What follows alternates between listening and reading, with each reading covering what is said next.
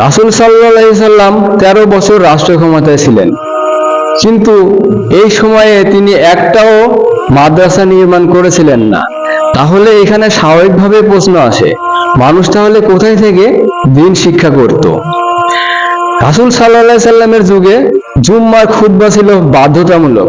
সেখানে নারী, শিশু, বৃদ্ধ সবাইকে বাধ্যতামূলক অবস্থান করতে হবে।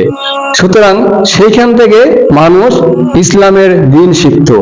এবং ঈদের মাঠে নারীকে, ছেলেদেরকে, বাচ্চাদেরকে, মুরব্বীদেরকে সবাইকে যাওয়ার বাধ্যতা ছিল। এবং ঈদের মাঠে যে খুতবা দেওয়া হতো সেখান থেকেও মানুষ দ্বীন শিক্ষা অর্জন করত। সবচেয়ে ইম্পর্টেন্ট জিনিস, সবচেয়ে গুরুত্বপূর্ণ বিষয় হচ্ছে মানুষ দ্বীন শিক্ষা করত রাষ্ট্র থেকে। রাসূল সাল্লাল্লাহু আলাইহি সাল্লাম রাষ্ট্র পরিচালনা করতেন কুরআন দিয়ে। রাসূল সাল্লাল্লাহু আলাইহি সাল্লাম সেনাবাহিনী পরিচালনা করতেন কুরআন দিয়ে।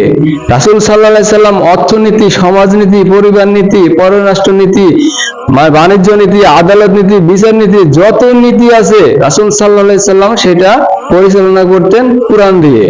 তখন মানুষ স্বাভাবিকভাবেই ধর্ম বুঝে নিত, কুরআনের আইন কাইন, আদেশ নির্দেশ এগুলো বুঝে নিত। রাষ্ট্রে যদি গণতন্ত্র চালু থাকে তাহলে কাউকে কিন্তু আলাদাভাবে গণতন্ত্র শেখানো লাগে না। তাকে শেখানো লাগে না কিভাবে ভোট দিতে হবে, কিভাবে রাস্তা দখল করতে হবে, কিভাবে মিছিল মিটিং করা লাগবে, কিভাবে কারচুপি করা লাগবে, কিভাবে আরেকজনের হক মেরে খেতে হবে, এগুলো কিন্তু কাউকে শেখানি লাগে না।